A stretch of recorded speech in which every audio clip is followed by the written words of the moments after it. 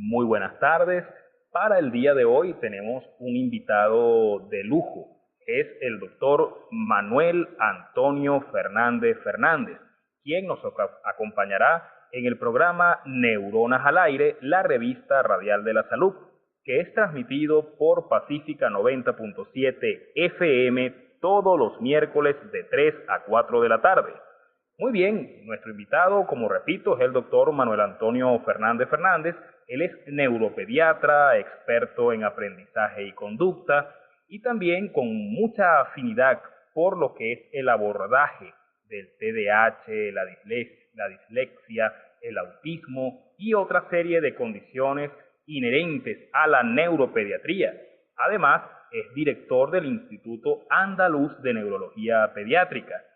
Tiene también otras tantas virtudes y están relacionados con ser escritor. Además es mentor para médicos que quieren que su consulta resulte realmente atractiva, exitosa, rentable. En fin, es realmente un honor para nosotros contar con el doctor Manuel Antonio Fernández. Hola Ángel, antes que nada me gustaría agradecerte esta invitación y esta entrevista para poder difundir todo lo relacionado con la neurología pediátrica y el neurodesarrollo. De manera que, como te digo, muchas gracias por colaborar y por ayudarme a difundir esta información hasta Sudamérica, hasta vuestro país, hasta Venezuela, donde tantos lazos nos unen y, bueno, tanto tenemos en común y tantas posibilidades de colaborar tenemos conjuntamente. Me preguntas sobre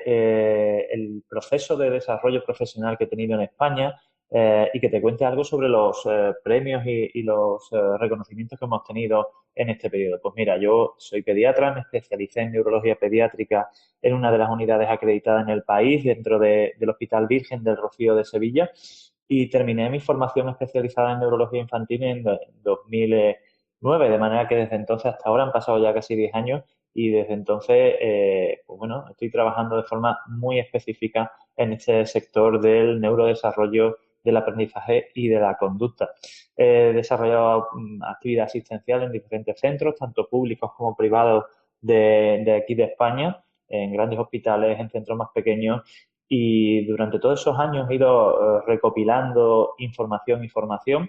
y sobre todo experiencia y en 2014 me propuse dar un paso adelante y crear mi propio centro, fundar el Instituto Andaluz de Neurología Pediátrica en Sevilla, un centro privado especializado en evaluación y tratamiento de las patologías del neurodesarrollo infantil en su más amplio concepto y específicamente trabajamos todo lo relacionado con el aprendizaje o el desarrollo madurativo, como puede ser el TDAH, la dislexia, las altas capacidades, el autismo y todos estos aspectos en general. La verdad es que no puedo estar más que contento por la acogida que ha tenido a nivel asistencial por parte de los pacientes toda nuestra actividad. De hecho, ahora mismo, después de estos años, somos un centro de referencia a nivel nacional y atendemos pacientes de toda España y también de fuera, tanto a nivel presencial como a nivel online. Un equipo formado por 7 compañeros, algunos auxiliares administrativos y, por supuesto, contamos con psicóloga, logopeda, pedagoga, yo como neuropediatra y establecemos procesos de evaluación, diagnóstico y tratamiento ayudados por las nuevas tecnologías, tanto a nivel puramente clínico como también a nivel administrativo a través de nuestros sistemas de consulta online, consulta por videoconferencias y demás. En estos años, como me decías al principio, pues bueno, hemos trabajado de forma intensa, ya hemos superado los 8.500 pacientes, vamos por 8.600 y pico, y la verdad es que tanto la satisfacción de ellos que muestran en diferentes lugares como dando su opinión en portales sanitarios como Doctoralia o nuestra propia web, etcétera,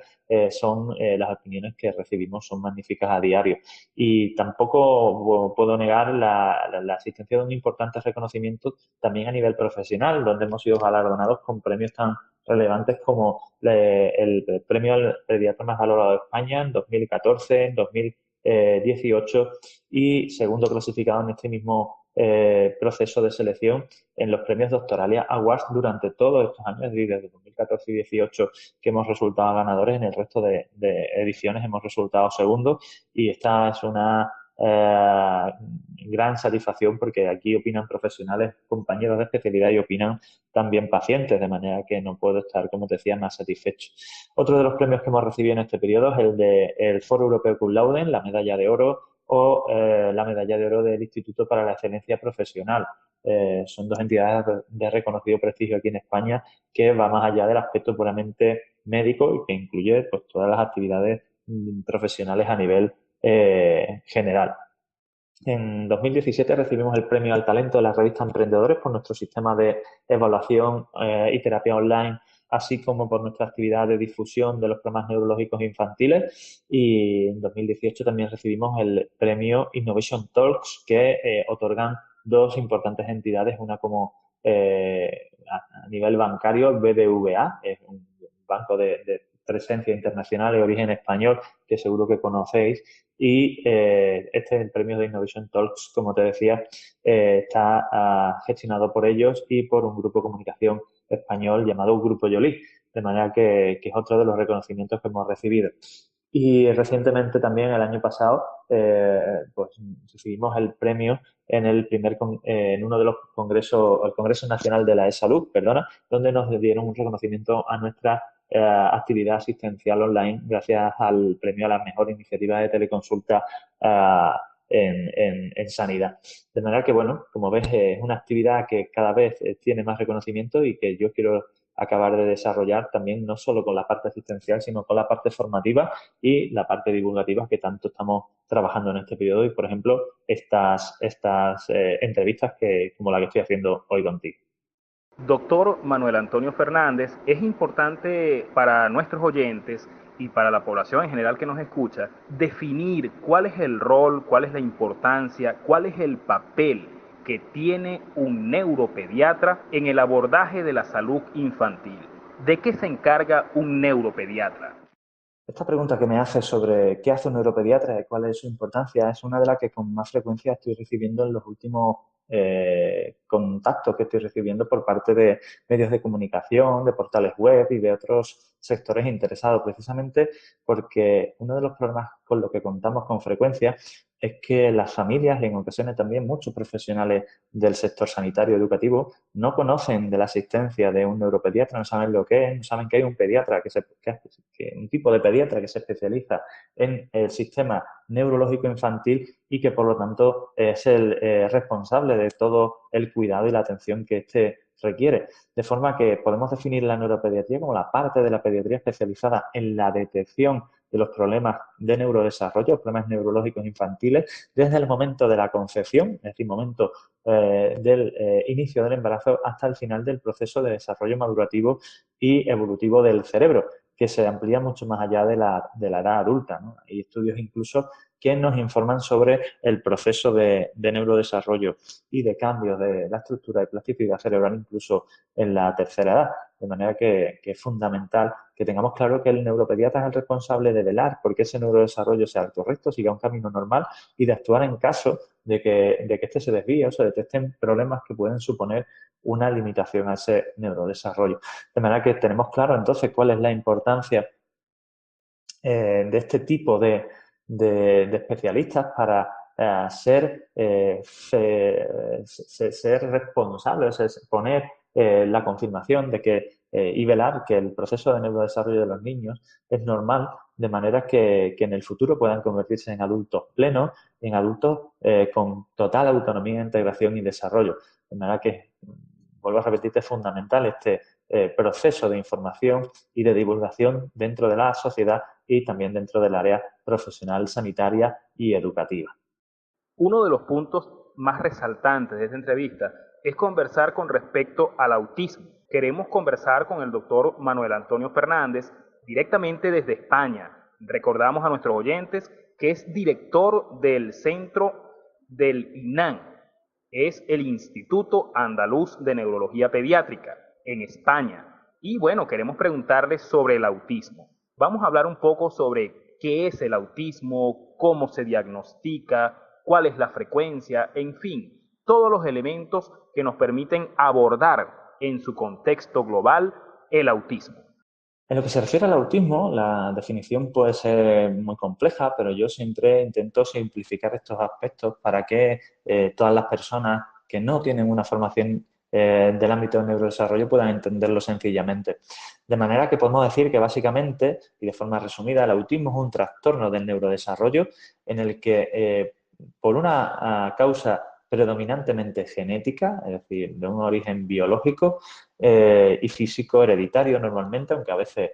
solo congénito, no hereditario, se producen una serie de alteraciones tanto estructurales como funcionales en el proceso de neurodesarrollo cerebral y de otras áreas del organismo que son las responsables de las dificultades y de los síntomas que estos chicos van adquiriendo conforme va pasando el tiempo y que les limita su proceso de neurodesarrollo. Hay trastornos en la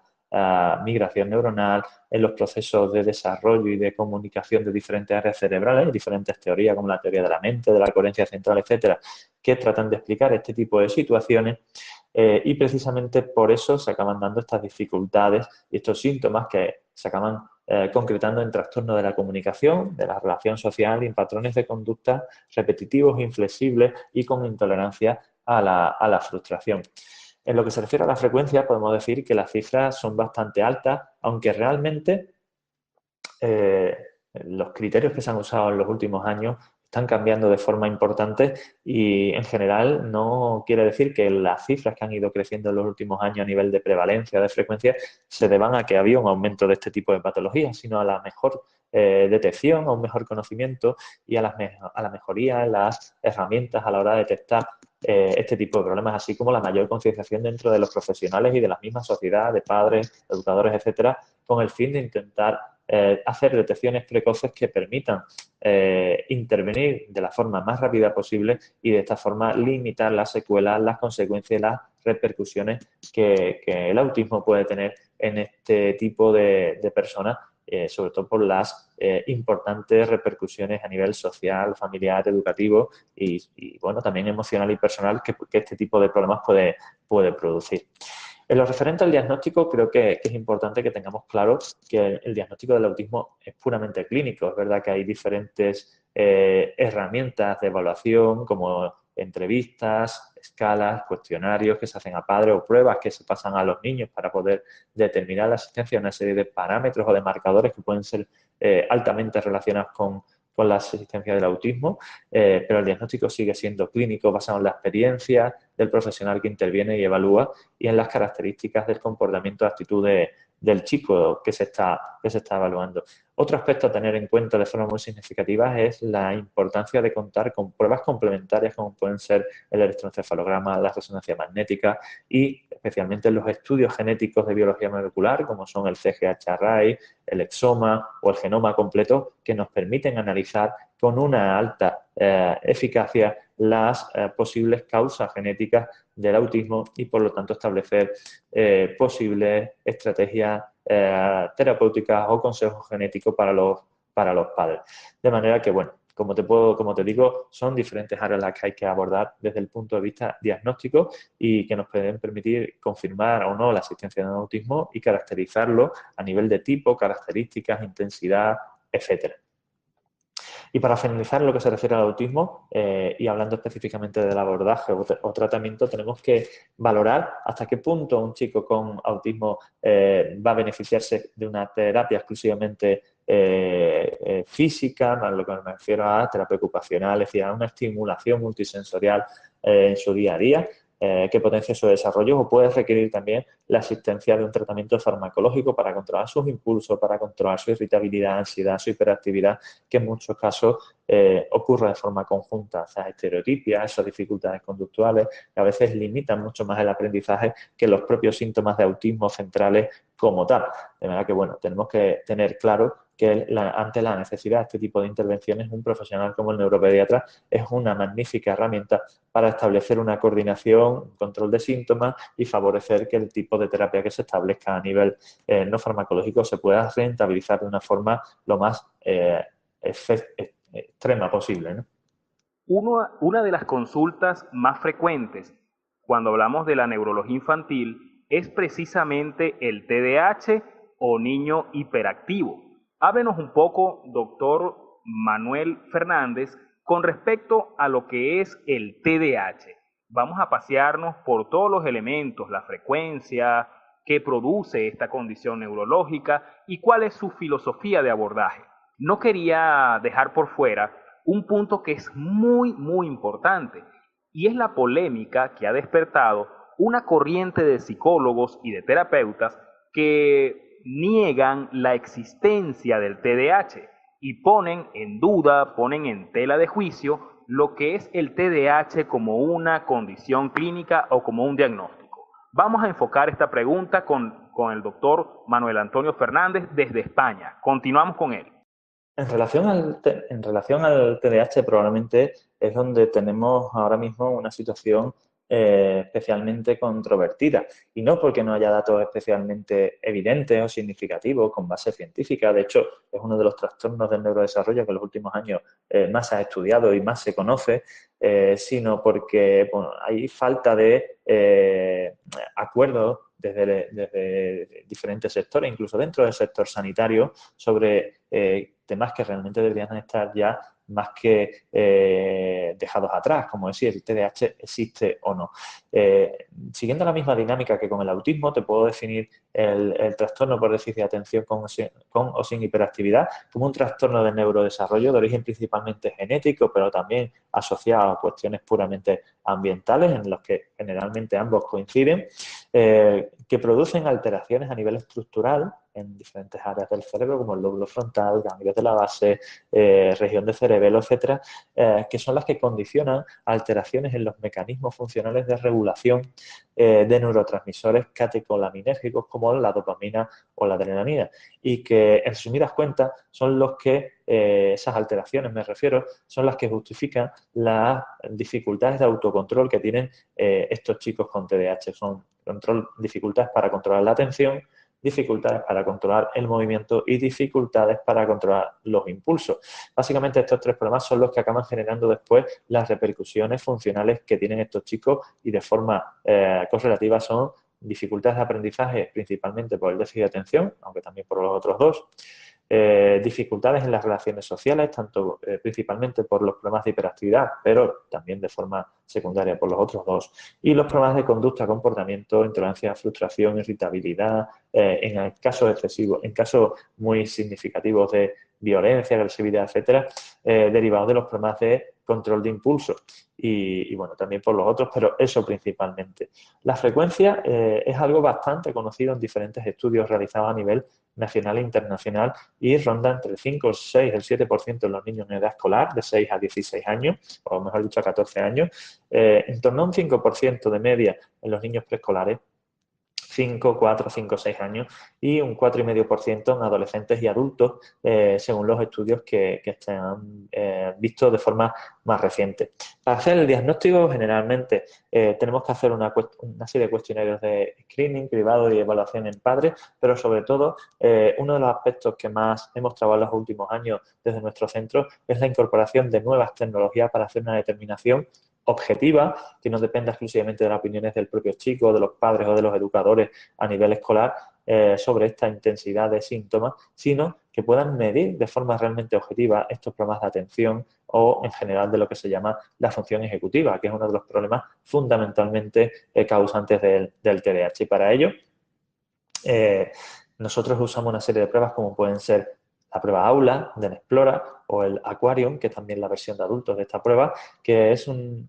test de ejecución continua, un CPT, con un componente auditivo y visual mediante realidad virtual que permite que el chico haga una evaluación en el que casi se puede garantizar un 100% de participación y de colaboración y de finalización para que después la misma prueba, una vez terminada, automáticamente analice esos resultados, los compare con la base de datos estándar de niños de la misma edad, del mismo sexo y baremados por un coeficiente intelectual estándar, para que nos pueda dar unos resultados percentiles de los parámetros que requerimos atender y valorar en estos chicos, como son la atención, el movimiento, el control de impulso, etcétera. Después hay otra serie de herramientas que nos permiten hacer evaluaciones también objetivas de parámetros fisiológicos, como pueden ser la prueba Brain Gauge, que es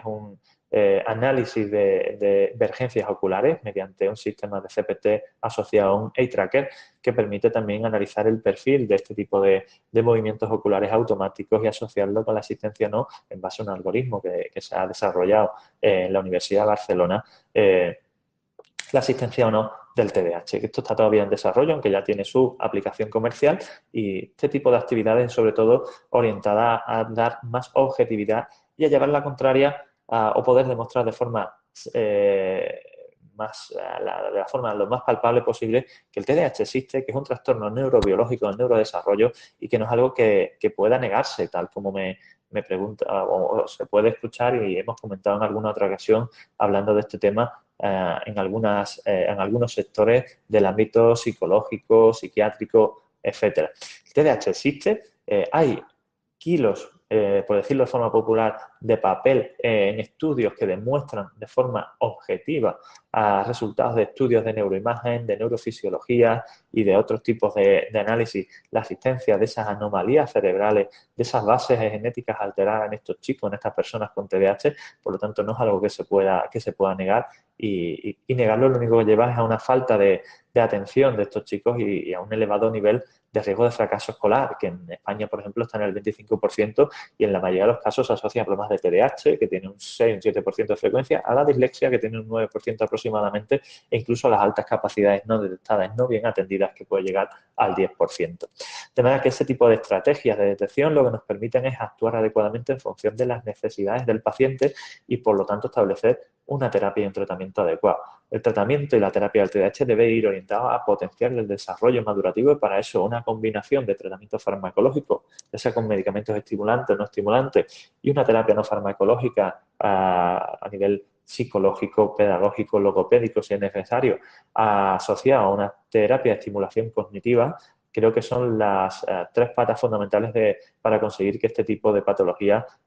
puedan llegar a convertirse en historia y que los propios pacientes y su familia la superen de forma satisfactoria. Evidentemente, formar e informar a padres y a profesionales del ámbito sanitario y educativo es fundamental para que esto se pueda conseguir y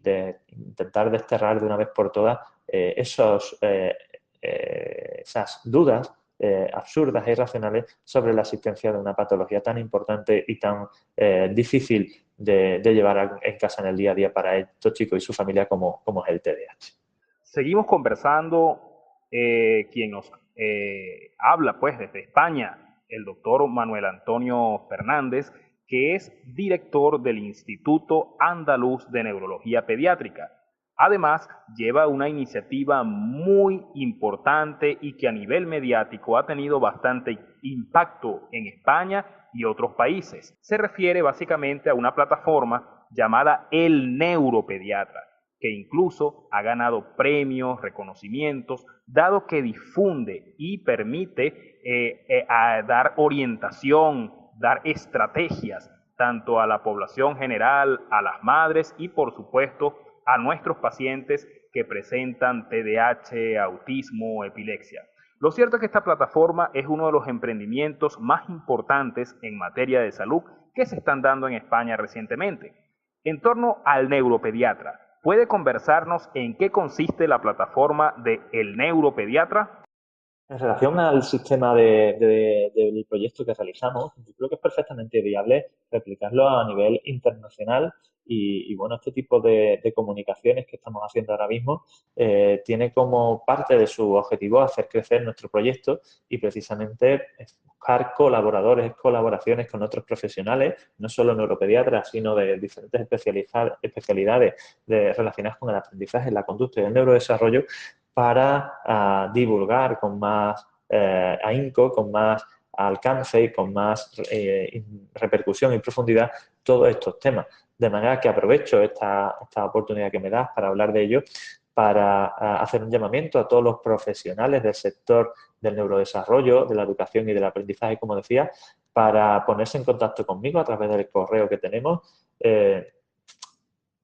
info@elneuropediatra.es. Si quieren colaborar en este proceso, si quieren aportar su experiencia mediante la escritura de artículos divulgativos sobre temas relacionados con el neurodesarrollo para nuestro blog, el neuropediatra.es, o establecer algún tipo de acuerdo de colaboración en relación a este proceso de difusión. Y si quieren participar como colaboradores, difusores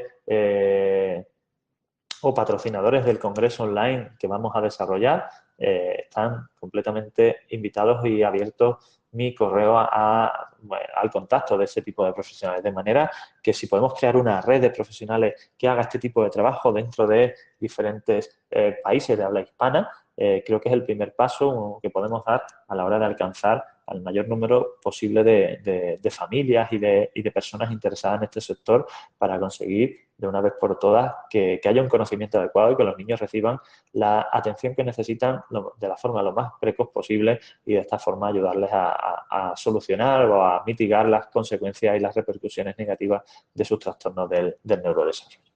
Como bien usted lo comenta, el neuropediatra ha sido una filosofía, una experiencia a nivel de emprendimiento en el sector salud que ha sido muy interesante. ¿Esta estrategia o esta plataforma es replicable en otros países del mundo? ¿Cómo hacerlo? En relación al sistema del proyecto que realizamos, yo creo que es perfectamente viable replicarlo a nivel internacional y bueno, este tipo de comunicaciones que estamos haciendo ahora mismo tiene como parte de su objetivo hacer crecer nuestro proyecto y precisamente buscar colaboraciones con otros profesionales, no solo neuropediatras, sino de diferentes especialidades relacionadas con el aprendizaje, la conducta y el neurodesarrollo para divulgar con más ahínco, con más alcance y con más repercusión y profundidad todos estos temas. De manera que aprovecho esta oportunidad que me das para hablar de ello, para hacer un llamamiento a todos los profesionales del sector del neurodesarrollo, de la educación y del aprendizaje, como decía, para ponerse en contacto conmigo a través del correo que tenemos, info@elneuropediatra.es. Si quieren colaborar en este proceso, si quieren aportar su experiencia mediante la escritura de artículos divulgativos sobre temas relacionados con el neurodesarrollo para nuestro blog, el neuropediatra.es, o establecer algún tipo de acuerdo de colaboración en relación a este proceso de difusión. Y si quieren participar como colaboradores, difusores, o patrocinadores del congreso online que vamos a desarrollar, están completamente invitados y abiertos mi correo al contacto de ese tipo de profesionales. De manera que si podemos crear una red de profesionales que haga este tipo de trabajo dentro de diferentes países de habla hispana, creo que es el primer paso que podemos dar a la hora de alcanzar al mayor número posible de familias y de personas interesadas en este sector para conseguir de una vez por todas que haya un conocimiento adecuado y que los niños reciban la atención que necesitan de la forma lo más precoz posible y de esta forma ayudarles a solucionar o a mitigar las consecuencias y las repercusiones negativas de sus trastornos del neurodesarrollo. Seguimos conversando desde España con el doctor Manuel Antonio Fernández, director del Instituto Andaluz de Neurología Pediátrica. Un punto importante en este proceso de difundir toda la información inherente a la neurodiversidad es el papel, el rol que juegan los medios de comunicación social. ¿Cuál es la importancia de que los medios de comunicación social formen parte de este proceso de difusión en el campo de la salud y más específicamente en la neurodiversidad? En relación a los medios de comunicación, la verdad es que la aceptación que tiene a este tipo de materias sobre aprendizaje, neurodesarrollo e infancia en general es bastante buena. Lo más importante para conseguir que se interesen sobre estos temas y que nos publiquen información, nos pidan información para publicar en sus medios, ya sean tradicionales o medios a través de Internet, es darle datos que les haga consciente de la repercusión que tienen este tipo de problemas. Cuando un periodista le dice que el 25% del fracaso escolar que hay ahora mismo en España se debe a tres problemas principales, que que son el TDAH, la dislexia y las altas capacidades no detectadas mal atendidas, y que a pesar del aumento enorme de inversión económica que ha habido en el sector educativo durante los últimos años, esa inversión no se ha llevado a esos 3 temas y que por lo tanto siguen sin detectarse, siguen sin actuarse adecuadamente en esa detección, en esta intervención, y que por lo tanto, mientras que eso no cambie, no va a conseguirse solucionar este tipo de problemas, empiezan a entender cómo hay que trabajar y qué sería lo conveniente, y eso es lo que hace que ellos mismos se interesen por difundir este tipo de temas. La infancia es algo que está que está muy bien valorado recibir información sobre ella por parte de los medios de comunicación y de los periodistas, porque hay muchas personas interesadas en escuchar sobre esto, hay muchas madres, muchos padres, de manera que son temas, los de salud en general y los de infancia, muy bien aceptados por parte de los lectores y de los televidentes o de los oyentes de programas de radio, de manera que normalmente los profesionales del periodismo están abiertos a recibir colaboración en este sentido, especialmente si se aportan datos claros, si se aportan datos objetivos y tú participas como experto a la hora de aportar información en este sentido. Es importante ser proactivo a la hora de contactar con ellos para poder darle información y aprovechar situaciones que son informativamente relevantes para poder aprovechar la oportunidad y a través de ello llevar el interés de los periodistas a este tipo de temas, y yo creo que, como te digo, hay que ser proactivo a la hora de establecer esos contactos con los medios de comunicación para que ellos entiendan la importancia de tratar este tipo de cuestiones. Un punto que además viene a resaltar como novedad, como importancia adicional en este campo de la atención del paciente es la llamada consulta virtual. La consulta virtual, ¿en qué consiste? ¿Cómo atender, cómo dar atención al paciente mediante estas bondades que nos permite el Internet? Háblenos un poco sobre este punto. En relación a nuestros sistemas de evaluación y tratamiento online, es importante tener en cuenta que el modelo actual de la sanidad y la capacidad actual de la mayoría de los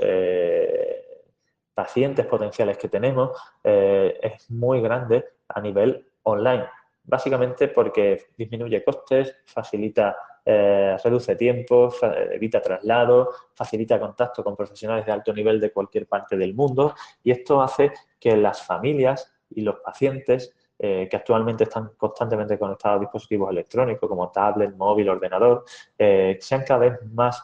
proclives al uso de este tipo de dispositivos para contactar con el profesional. Y de hecho esto les permite encontrar, seleccionar el profesional que ellos mismos quieren y que valoran como el mejor, el más adecuado a sus necesidades para poder contactar con él. En la experiencia que tenemos en nuestro proyecto, la situación es la que te he comentado, pero también es real que la mayoría de los pacientes intentan tener un contacto personal, físico y presencial con nosotros, aunque después puedan hacer un seguimiento online, aunque inicialmente hagan una evaluación online, en algún momento quieren tener un contacto físico en el que no solo nos escribamos a través del sistema de consulta online o no solo nos veamos a través de una consulta por videoconferencia, sino que tengamos momentos en los que compartamos el mismo espacio físico y podamos palpar de forma más directa aspectos que en una consulta online o en una consulta por videoconferencia pueden quedar un poco colaterales o que no pueden evaluarse de la misma forma. En general, te puedo garantizar que este sistema de seguimiento online, ya sea por videoconferencia o por consulta, es muy bien recibido por parte de los pacientes porque le permite estar en contacto contigo de una forma constante para resolver cualquier duda, de una forma muy directa, de una forma sencilla y sobre todo económica, de forma que por un módico precio les permite tener la tranquilidad de saber que pueden contar contigo para cualquier aspecto que les surja, cualquier duda, cualquier imprevisto y en cualquier momento. De manera que en cualquier situación, distancia, pueden tener respuesta a esas necesidades, ya te digo, de una forma muy sencilla y de una forma, además, segura y de una forma garantizada para contactar directamente contigo y de una forma permanente. Sobre todo, la familia está dispuesta a hacer un esfuerzo para informar, para tener contacto contigo en esa situación y para pagar un precio razonable por ese tipo de atención. De manera que nosotros ahora mismo tenemos alrededor de 100 familias en seguimiento mediante este sistema y la satisfacción que tienen con él es inmejorable. Nosotros hemos estado usando durante mucho tiempo la plataforma QLife y ahora también trabajamos con otras como pueden ser Dogline o como pueden ser OpenSalud, con plataformas que te permiten realizar consultas escritas, también te permiten hacer algunas de ellas consultas por videoconferencia, envío de recetas, envío de materiales, recepción de imágenes, cualquier cosa que necesites para la comunicación con tu paciente lo puedes hacer a través de este tipo de herramientas y sobre todo con la garantía de cumplimiento de normativas internacionales de protección de datos, privacidad, seguridad de servidores, etcétera. Así que es una experiencia que aconsejo poner en marcha y que trabajamos dentro de nuestro programa que no hemos nombrado, pero que también desarrollamos de marketing digital para médicos en lifestyleprofesional.com. De manera que si queréis tener alguna información extra al respecto, podéis entrar ahí en esta web, lifestyleprofessional.com, y ver toda la información sobre nuestro programa de desarrollo de consultas médicas, reputación online y marca personal para médicos y para sanitarios con consulta privada. Bueno, ya te digo que el tema de la digitalización y la transformación digital de las consultas médicas es fundamental y es una manera de mejorar nuestra rentabilidad económica y de potenciar la comunicación y la fidelización con los pacientes, mejorando la atención que le damos sin que esto sea una carga y una sobrecarga excesiva para nosotros. Otro aspecto importante que debemos resaltar se refiere a esa situación donde muchas veces el médico, el pediatra u otros especialistas consideran que a pesar de que son buenos médicos, tienen buen conocimiento, buen dominio en la parte técnica y conocen a profundidad su especialidad, muchas veces su consulta no es rentable, no es exitosa, no le van los pacientes. ¿Cómo lograr, cómo hacer que la consulta comience a ser exitosa? Llevas toda la razón en este tema, ¿no? Muchos colegas, evidentemente, empiezan a desarrollar su actividad profesional en su consulta privada y pueden encontrarse con que después de mucho esfuerzo, mucho trabajo, mucha dedicación, no consiguen los resultados que ellos esperaban a la hora de rentabilizar su actividad. Pero realmente tenemos que ser conscientes que cuando un profesional médico desarrolla su actividad en una consulta privada, no solo debe hacer y cubrir las responsabilidades asociadas a su actividad asistencial, sino que tiene que ocuparse de todo el sistema que se requiere para establecer una buena captación de pacientes, un sistema de atracción que le permita captar suficiente volumen de pacientes como para hacer una consulta rentable sin estar constantemente preocupado del fin de mes, de las facturas y demás. ¿Qué recomendación daría yo para eso y cómo lo trabajamos esto en nuestro programa de mentoring y de desarrollo de consultas médicas privadas? Pues básicamente tenemos que trabajar inicialmente con un sistema que potencie la marca personal, la reputación profesional del médico para de esta forma conseguir que sea un profesional de buena valoración entre sus pacientes y entre sus compañeros, y no solo por esperar a que pase el tiempo y que lleguen resultados a largo plazo de esta difusión de un paciente a otro, sino conseguirlo a través de un sistema que se centre en una página web y un blog en el que podamos aportar contenido de valor a nuestros potenciales pacientes sobre el tema que ellos necesitan solucionar y en el que nosotros somos unos expertos para que ellos sean conscientes de que somos unos profesionales de alta cualificación, que podemos ayudarles mejor que nadie y de una forma mucho más importante que otro profesional a solucionar su problema de una forma eficiente. ¿Cómo conseguimos eso? Pues básicamente demostrando cuál es nuestra formación, demostrando cuál es nuestra experiencia, pero evidentemente para ello tenemos que ser un profesional de primer nivel, tener una buena formación, una buena cualificación profesional, una buena cualificación personal y crear ese sistema de atracción en Internet para poder difundir toda nuestra actividad, nuestros resultados, nuestra formación y nuestra reputación, no solo en el 1 a 1 de la consulta y que eso después los pacientes lo vayan transmitiendo por los resultados que están consiguiendo, sino que podamos hacerlo a través de un canal de de difusión masiva como es Internet, que hoy en día tiene unos costes muy reducidos a la hora de poder conseguir esto. Tenemos que tener una página web donde expliquemos quiénes somos, qué hacemos con nuestro sector de especialidad, por qué somos especialmente buenos, qué nos hace diferentes de otros profesionales y debe hacer que un paciente se decida a